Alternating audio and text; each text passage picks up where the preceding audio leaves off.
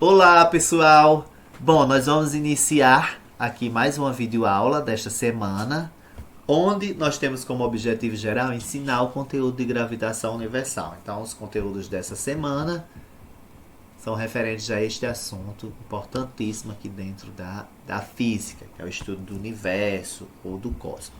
Dentre os objetivos específicos, nós iremos estudar as leis de Kepler, certo? Eu vou explicar para vocês as leis de Kepler. Vocês vão compreender as implicações das leis de Kepler. E por fim eu vou exemplificar os conteúdos desta videoaula. Bem, aqui nós vamos adentrar então nas leis de Kepler. Johannes Kepler nasceu em 1571, morreu em 1630. Ele estabeleceu de forma definitiva como os planetas se movimentam em volta do Sol, em torno do Sol. Ele foi discípulo assistente do astrônomo dinamarquês Tycho Brahe, 1546-1601.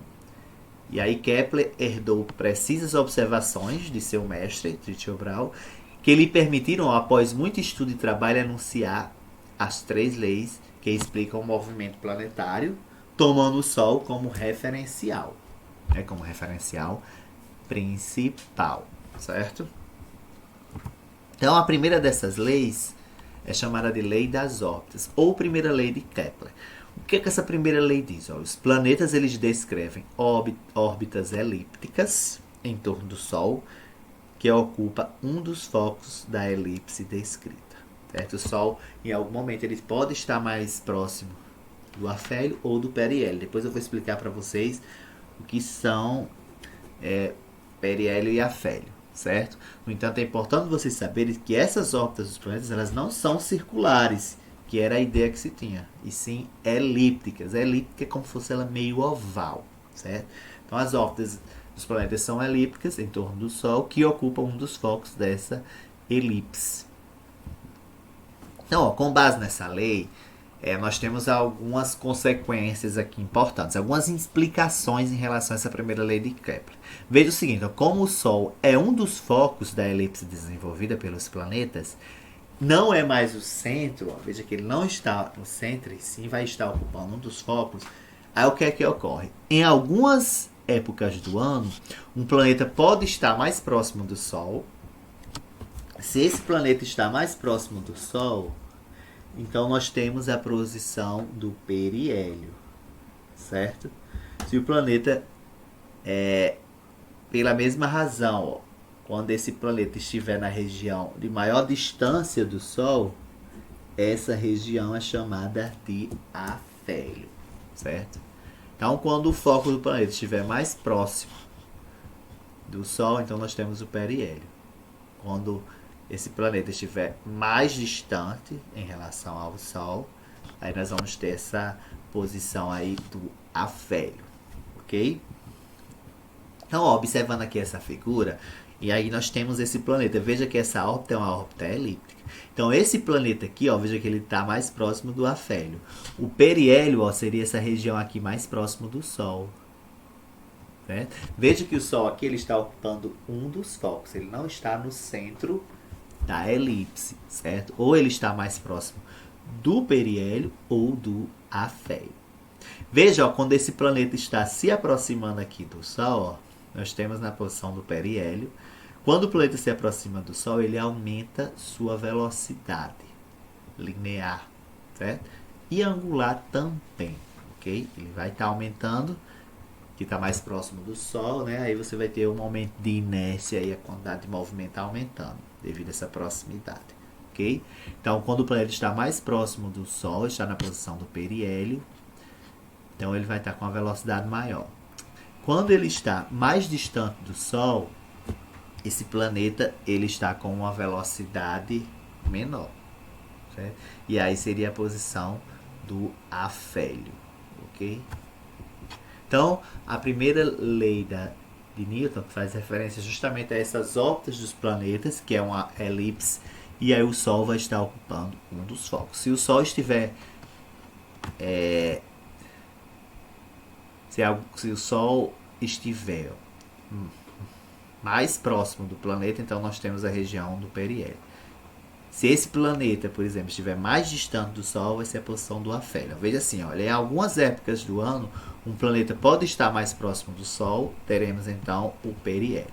Pela mesma razão, quando determinado planeta estiver na região de maior distância em relação ao Sol, certo? Nós temos aí o afélio, beleza? Bom, e aí nós adentramos agora na segunda lei, também chamada lei das órbitas. Lei das órbitas não, lei das áreas. A lei das órbitas é a primeira lei de Kepler.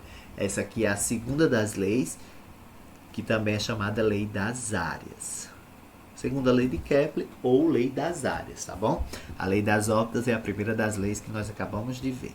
Então, essa segunda lei de Kepler diz o seguinte: o segmento imaginário que une o centro do Sol e o centro do planeta, olha, varre áreas proporcionais aos intervalos de tempo dos percursos. Ou seja, os planetas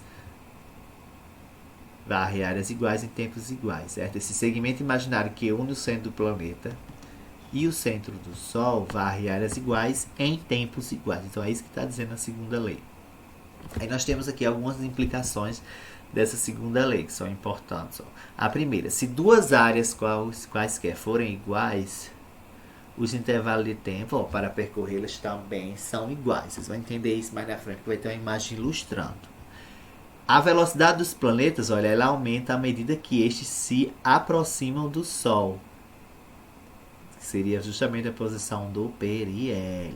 E se reduz quando os planetas se afastam do Sol, que é na posição do afélio. A velocidade de um planeta, olha, é maior na posição do periélio, olha, como eu acabei de falar, e mínima na posição do afélio. Certo? Vejam, olha, que nós temos aqui essa representação, olha, em relação a um planeta, olha, que está se deslocando de A até B e de C até D. Então, nós temos a área 1 e a área 2. Pela segunda lei de Kepler, o que é que nos diz? Que o segmento de reta que une o centro do Sol, olha, assim como o do planeta, varre áreas iguais em tempos iguais. Então, a área 2 aqui ela é igual à área 1, pelo enunciado da segunda lei de Kepler. E o tempo, olha, que ele percorre aqui de A até B é o mesmo tempo de C a D. Por quê? Porque veja o seguinte, olha, aqui quando ele está próximo do Sol, nós temos a posição do periélio, então a velocidade dele aumenta.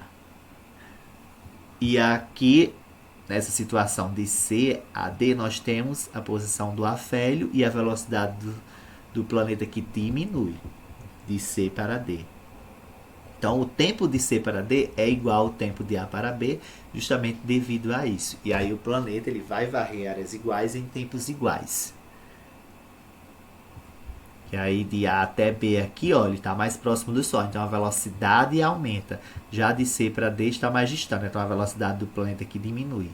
E essa posição aqui de CD é a posição do afélio. E de A para B seria a posição do periélio, onde nós temos a máxima velocidade, e de C para D nós temos a mínima. E pelo enunciado da segunda lei de Kepler, o planeta varre áreas iguais em tempos iguais. Ok? Por isso que a área 1 é igual à área 2.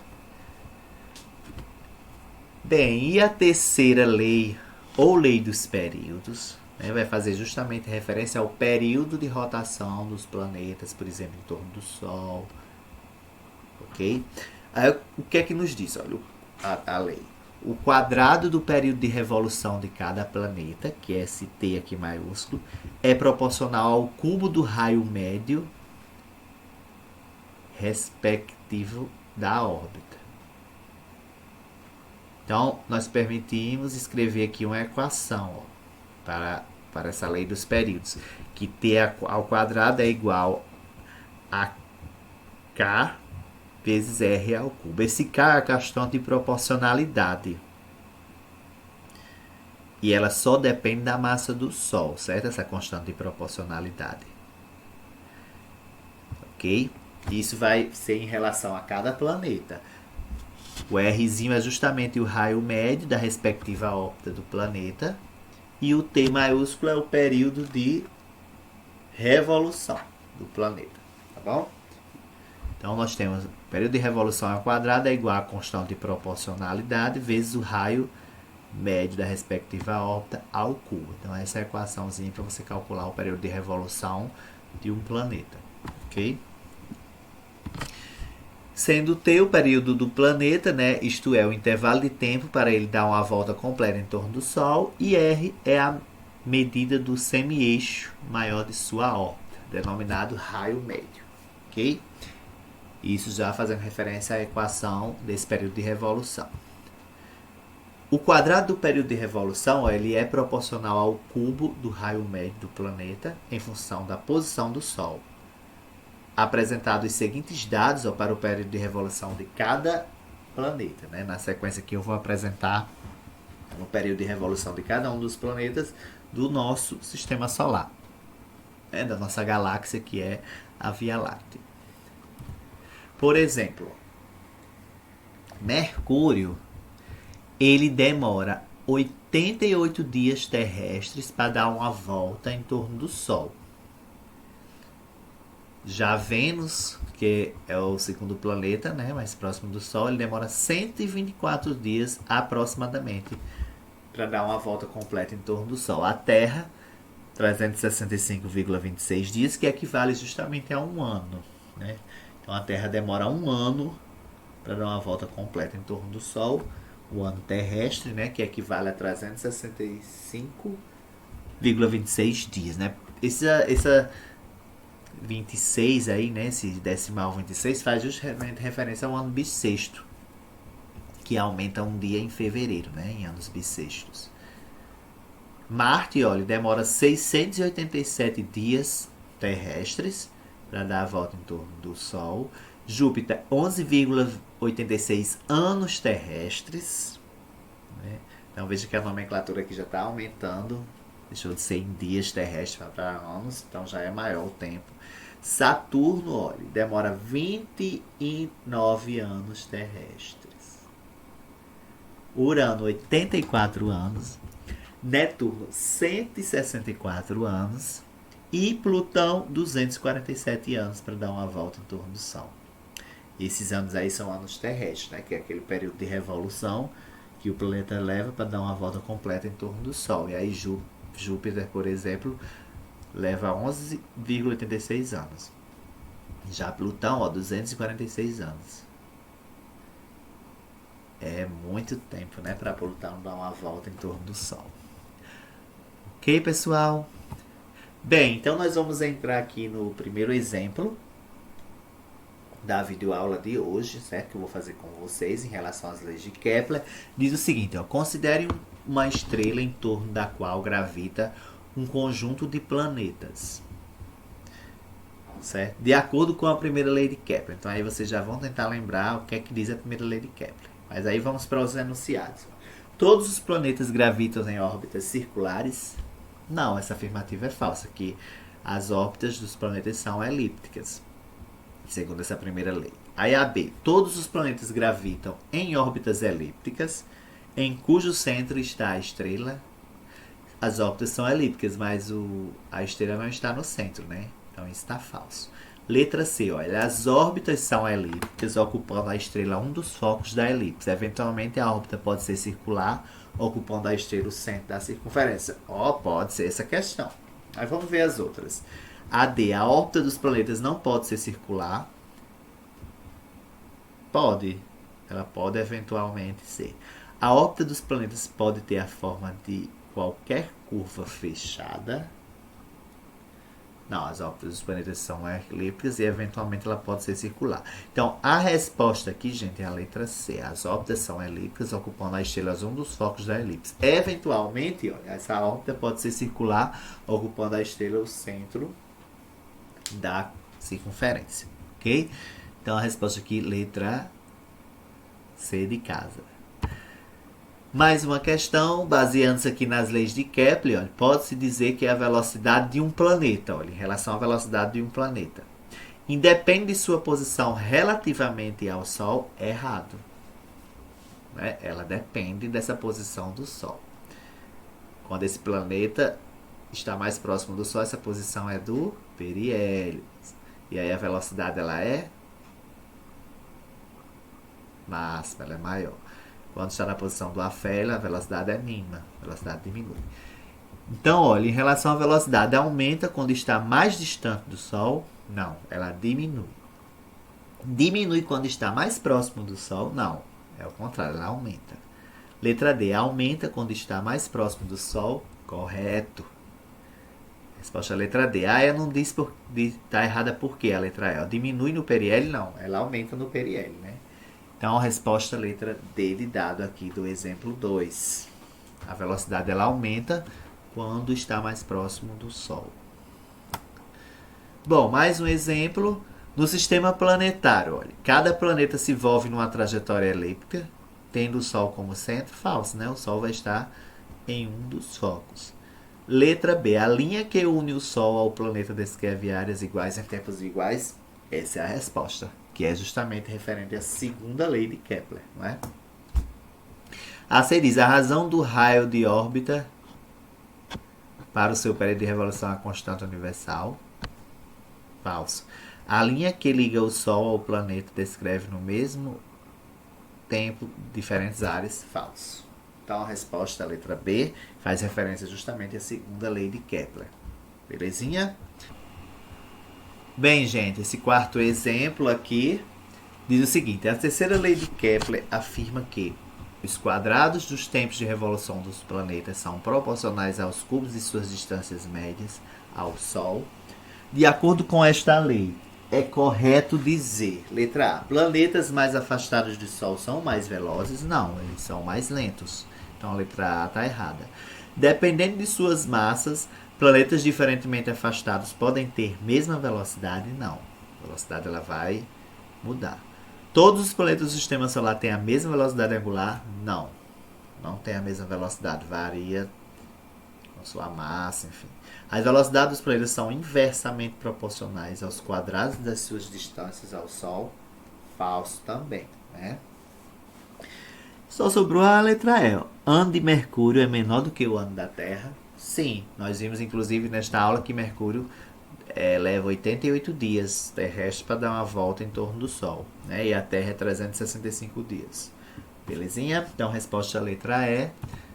Essas são as referências da videoaula, pessoal. Um abraço, até o nosso próximo encontro.